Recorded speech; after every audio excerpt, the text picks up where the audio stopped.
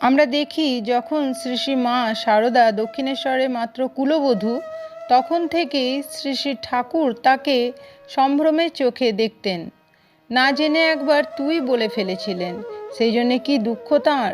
ঠাকুরের ভাগ্নের হৃদয় একবার মাকে অপমানসূচক কথা বলেছিলেন, সেই শুনে ঠাকুর তাকে সাবধান করে দিয়ে মা সম্বন্ধে বলেছিলেন, তাঁর মধ্যে যিনি আছেন তিনি যদি একবার ফোঁস করে ওঠেন তাহলে তাকে ব্রহ্মা বিষ্ণু মহেশ্বরেও রক্ষা করতে পারবেন না।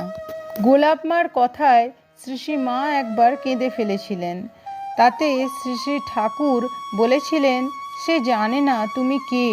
পরে তাঁরই নির্দেশে দক্ষিণেশ্বরে এসে গোলাপ মা মায়ের কাছে ক্ষমা চেয়ে যান। কলকাতা থেকে সমস্ত পথ পায়ে হেঁটে এসেছিলেন কাঁদতে কাঁদতে। ঠাকুর শ্রী শ্রী মা সম্বন্ধে বলতেন, ও শারদা সরস্বতী জ্ঞান দিতে এসেছে। কোনো এক গৃহস্থ বধূ স্বামীর উচ্ছৃঙ্খল জীবনে অতিষ্ঠ হলে শ্রী শ্রী ঠাকুরের শরণাপন্ন হন। শ্রী শ্রী ঠাকুর তাঁকে শ্রী শ্রী মায়ের কাছে পাঠান। শ্রী শ্রী মায়ের আশীর্বাদে মহিলার স্বামীর পরিবর্তন ঘটে। শ্রীরামকৃষ্ণ ছিলেন শ্রী শ্রী মায়ের স্বামী, গুরু ও ইষ্ট। সাধারণত সবসময়েই তিনি শ্রী শ্রী ঠাকুরের অনুগত, কিন্তু তাঁর মাতৃত্বের এলাকার মধ্যে শ্রীরামকৃষ্ণের অনুপ্রবেশও তিনি সহ্য করতে প্রস্তুত ছিলেন না। শ্রীরামকৃষ্ণ চাইতেন তাঁর ত্যাগী সন্তানেরা রাত্রের নিস্তব্ধতায় অনেকক্ষণ ধ্যান জপ করবে। এর জন্যে দরকার লঘু আহার। তাই তিনি প্রত্যেকের জন্য নৈশভোজনের পরিমাণ অর্থাৎ রুটির সংখ্যা বেঁধে দিয়েছিলেন। একদিন জানতে পারলেন শ্রী শ্রী মার স্নেহের প্রাবল্যে সেই সংখ্যা অতিক্রম করে যাচ্ছে।